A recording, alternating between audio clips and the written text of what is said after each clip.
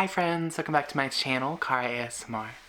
Today's video is going to be another review. The book I'm going to be reviewing for you today is one that I'm very excited to be talking about. This book and its subject matter is one that I've grown up with and it holds a special place in my heart.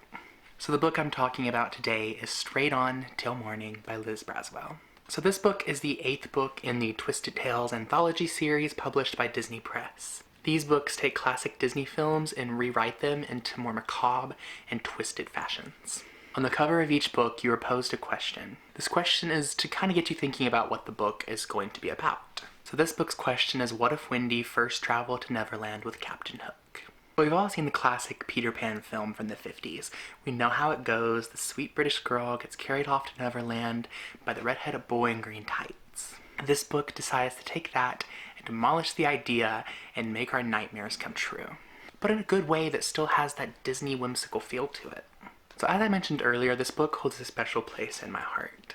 For me, Peter Pan was always one of those films that I could watch for hours on end growing up. I remember the whimsical songs and flashy sword fights and beautiful characters just creating an experience that I could turn to in my darkest times. So when I saw that the newest book in the Twisted Tales anthology was to be based on this film, I knew I had to jump on it. And luckily I did, because I was not disappointed. Liz Braswell's twisted storytelling is just something that you can't seem to shake even after it's over. The first thing you'll notice about it is her distinct writing style. It's odd, admittedly, when you first start reading it. It feels almost as if you're like reading the dialogue for a friend showing you around London. Let me give you an example. The great grey river slinks through the city like a tired but friendly snake, hobbled by bridges far less impressive than their names imply. Don't believe me? Look up London Bridge and gaze at its pictures, and utter disappointment. That's just an artistic approach that honestly kind of works for the whimsical atmosphere that Disney always goes for. Now, as far as the rest of her writing, like the dialogue and descriptive language, I was just as thrilled. There are not enough words to describe how well this dialogue is written. Despite there being well over 30 characters that I managed to count in my head, having their own lines, each character had a distinct voice. I feel like you could place strips of dialogue in front of me and I could pick out which character they belonged to based on how well the dialogue was written.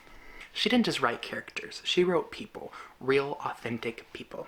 In her descriptive language, when Neverland was being described, I felt I was being transported to the islands. I wasn't in my bedroom reading a book, but I was in the woods racing with the Lost Boys. I could smell the salty lagoon and feel the mossy grass beneath my toes. It was a beautiful experience, to say the least. As for the characters, they were all stunningly adapted.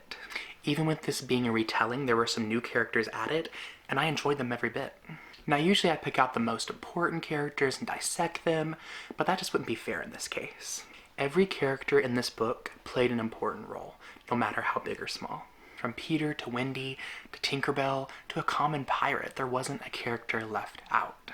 Braswell wasn't wasting any of them as background pawns.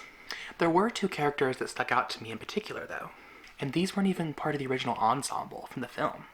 Zane the pirate was an anti-villain. I hope I just coined that phrase. Who absolutely stole my heart. And Skipper was a character who allowed an already beloved story to toy with the idea of gender exploration. Both of these colorful guys warmed my heart so much, and now I'm gonna have to use an ice pack whenever I think about them. Oh my god. Overall, Liz Braswell's adaptation was spot on. There wasn't a single thing I would have changed about it. Hold me to it. And it's gonna go down the history as one of my favorite books of all time. Peter Pan completely changed my life as a kid, and this only reminded me of that. If you want to relive your childhood and be reminded of what it means to live heroically, pick this up. So of course I ended up giving this book a 5 out of 5 stars. How could I not? It's a splendid book, and I can't give it enough praise. This book is now on sale. You can get it wherever books are sold. Please go check it out. This is the first book I read in the Twisted Tales series, but I'm definitely gonna go start reading the others right away. So that was my review for Straight On Till Morning by Liz Braswell. Thank you to Disney Press for sending me a copy of this book to read and review for you all. It didn't change my opinion about the book at all. This is literally just my childhood in pages. Thank you so much for watching, and until next time, remember you're beautiful, you're wonderful, and you are loved. Bye!